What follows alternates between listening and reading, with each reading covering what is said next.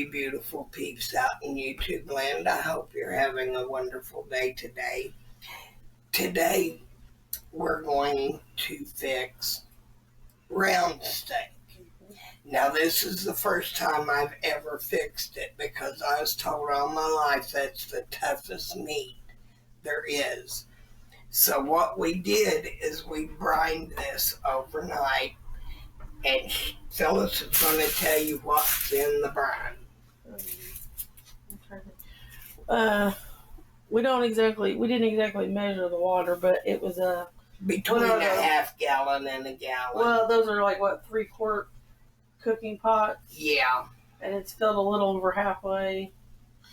And 6 bay leaves, a cup of salt, about a 1/4 cup maple syrup, a stick of butter, and 2 tablespoons of Montreal chicken seasoning. What do you use the steak seasoning? Yeah, except we realized that steak seasoning hasn't been used for a while. So it went in the trash. Yeah, we don't use it often. So we substituted using the chicken seasoning, which is pretty much the same thing. Pretty similar. But I figured if you can brine a turkey. We've used that chicken seasoning for everything. And you can brine a hen. And you can brine chicken of any kind. We brine pork with the chicken seasoning. So. Yeah, we brine about everything with it. About all our meat with it. Why wouldn't it do the same thing for the round steak that it did for everything else? It tenderized we'll find out. So you're going to find out when we do, and I don't care if this is a flub, it's going online. Because everybody should have a blooper day. And this may be our blooper day. But I was given the idea by the lady who done my CT yesterday. She had asked me, did I know what you could do with round steak? Because she's got a bunch in her freezer. They have their meat brought in from the locker plant. She buys a cow and it feeds her family with it. And I got to thinking about it, and Phyllis and I decided we were going to do this. Now, this plate of diced onion, bell pepper, and one minced clove of garlic. Three cloves. 3 minced cloves of garlic are for a different thing we're going to try. Special sauce. It's a special sauce. But I told Phyllis, I said, this new gravy recipe keeps going through my head. If there's 1,001 ways to play solitaire, there's going to be 1,001 ways to make gravy. And I'm going to discover all 1,001 ways because I love gravy. Well, you've done cornmeal gravy, tomato gravy, regular gravy. We've done about all. You need to figure out coffee gravy, huh? Or brown eye gravy. Is that that's it's what they called call red eye gravy. Red eye gravy. And I don't want coffee in my gravy. Hey, you love coffee. I love coffee to drink. Maybe you can make it to where you like it, though. I'd have to put cream and sugar in it for that. And make it a breakfast. That wouldn't make good gravy. Make it a breakfast gravy. Over a pancake. It'd be sweet. Over a pancake. Over pancakes. That's an idea. You never know. You can make it to your liking. Peeps. We might get evil in this kitchen here. Okay. Now, we brined these overnight. And what we're going to do is we're going to wrap each of them individually in aluminum foil. And I buy the sheets that box instead of buying a roll because the box of sheets will last me a year.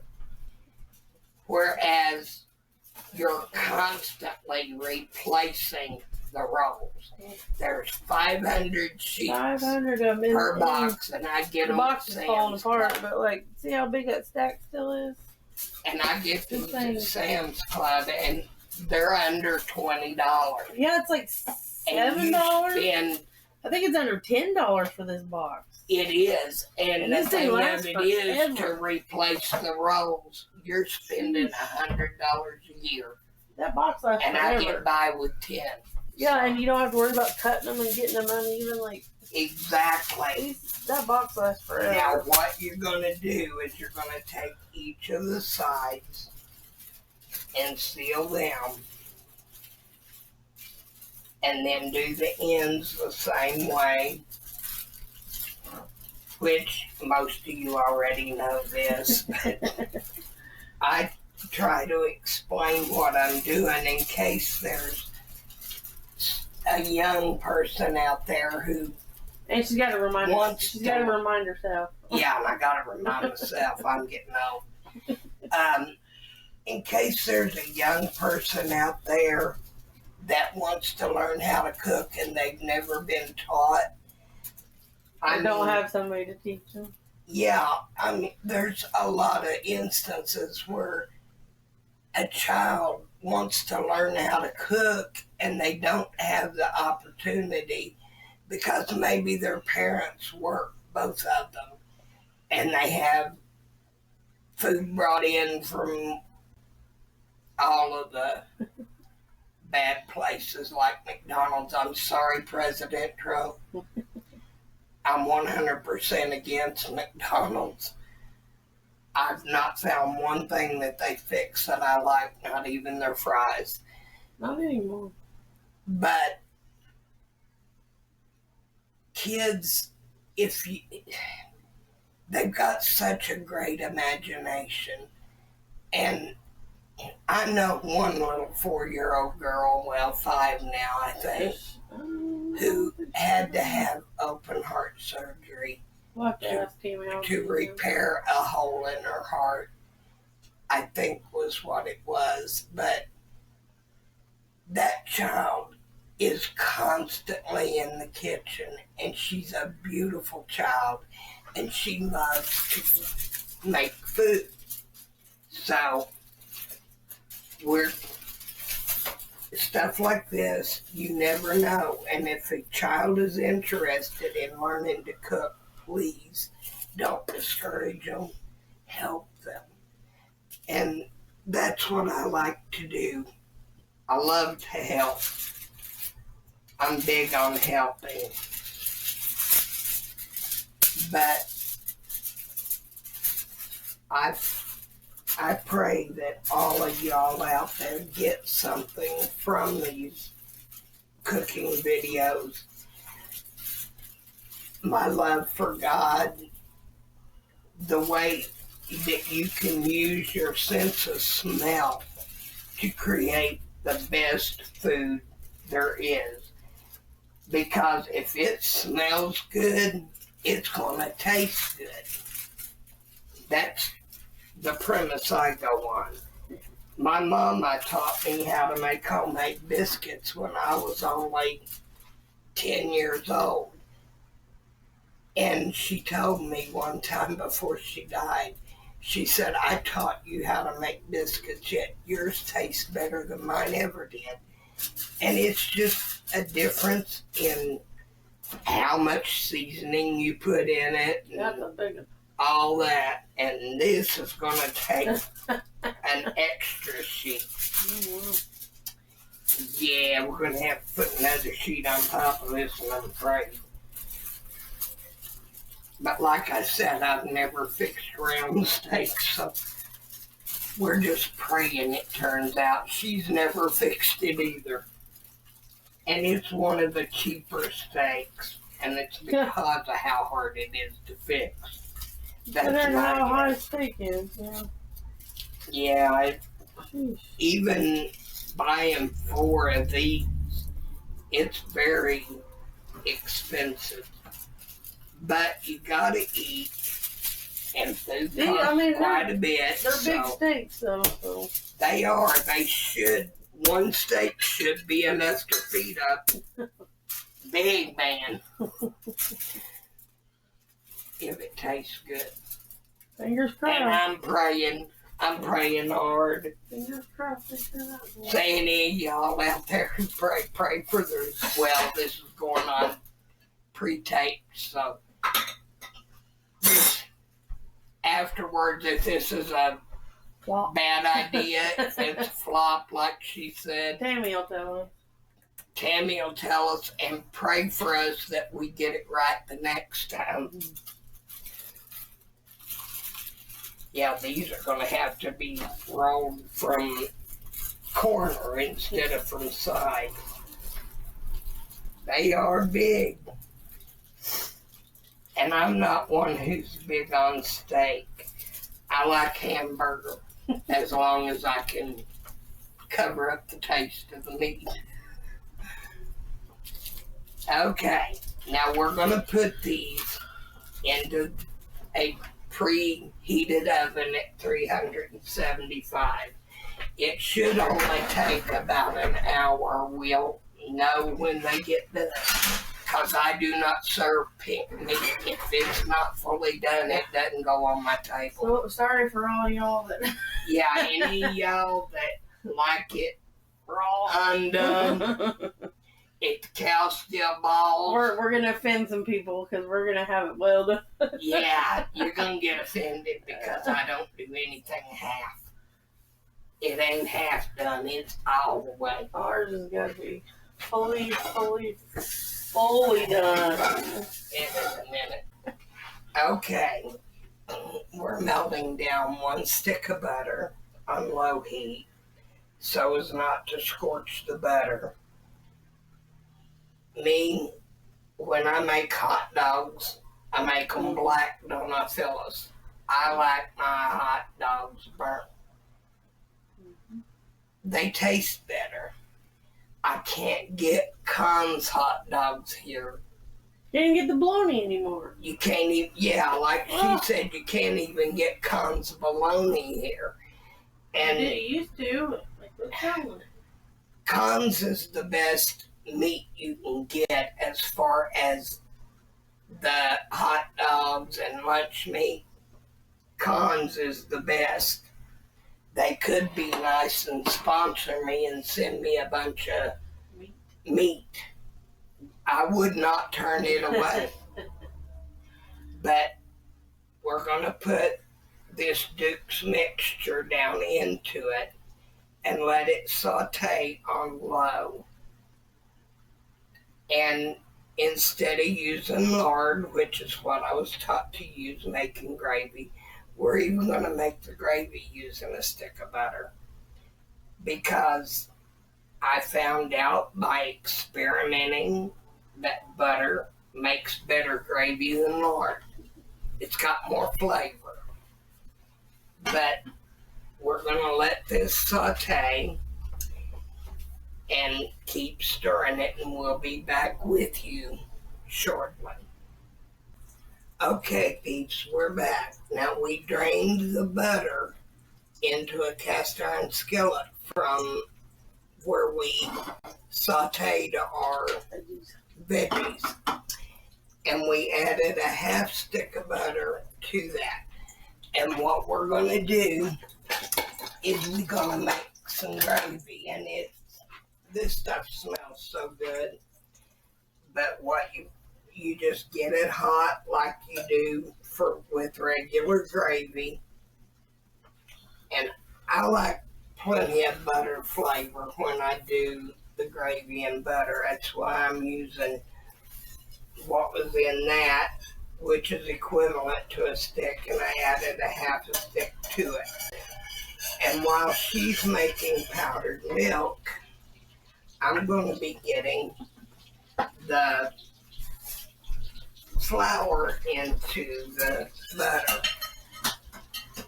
And you want your butter to be really good and hot when you add your flour, because you got to get it good and creamy. And this is a half cup measuring scoop, and it's going to take a little bit more flour.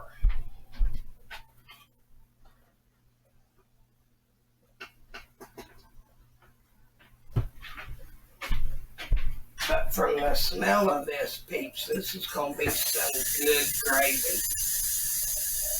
Yeah, and I accidentally dumped that whole half cup down in there. It'll be alright. I can't make just a little bit of gravy. I've got to make a skillet full. That's just the way I've learned to make it. Because we had a very large family. Being the last of 10 kids, trust me, it was a large family. And you want to let this brown somewhat. Okay, peeps, we added about a half a teaspoon of salt, and she's getting ready to start slowly pouring the. We want it to be more brown than yellow, because using butter, it's yellow in the beginning. And she's going to be pouring this in fairly slowly, and while I keep whisking.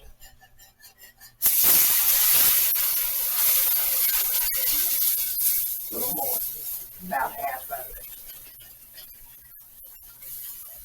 A little more. Okay, hold on. Okay, now we're whisking this in good. And okay, you need to put more in it.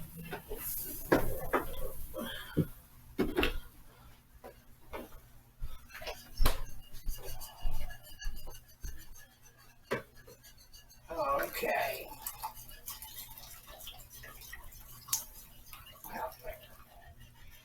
We've got a pretty good skillet of gravy going on. But gravy is so good. I use gravy for a lot of things. You use it for potatoes. You use it for meats and everything. And even if that meat doesn't turn out good, we've got this recipe. Okay. It's done, and we're going to put the veggies in. And get it stirred in there good. And I made a mess on this stove top. People, cooking is messy, but it's so fun. I think it's one of the greatest things there is, and I live to do these videos because I love to share the art of food with people. Okay, we're going to pull this off the hot burner onto that burner so that it doesn't thicken anymore, because it's already thick enough.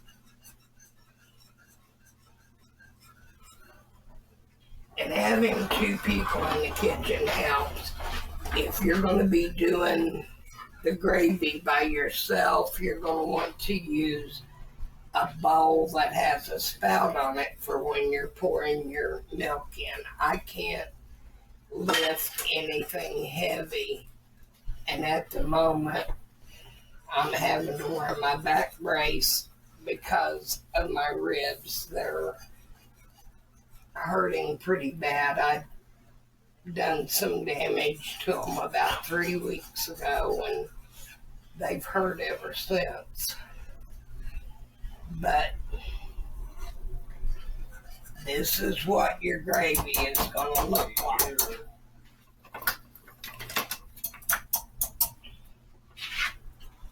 But even if that meat doesn't turn out tender, we're hoping that this is going to taste very good. See how pretty that is? And like I said, if there's 1,001 ways to make gravy, I'm going to figure them every one out. I just love gravy.